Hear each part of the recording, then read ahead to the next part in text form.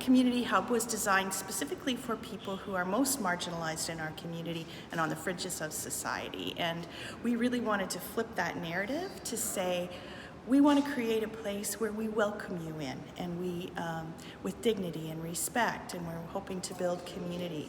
It warms my heart to be able to have a new space where people can be welcomed in and get some of those very basic necessities like bathrooms. We take it for granted, but bathrooms are not always available for folks who are on the street. Showers, laundry, we're welcoming in pets. All those things that we take for granted, folks are not necessarily have access to.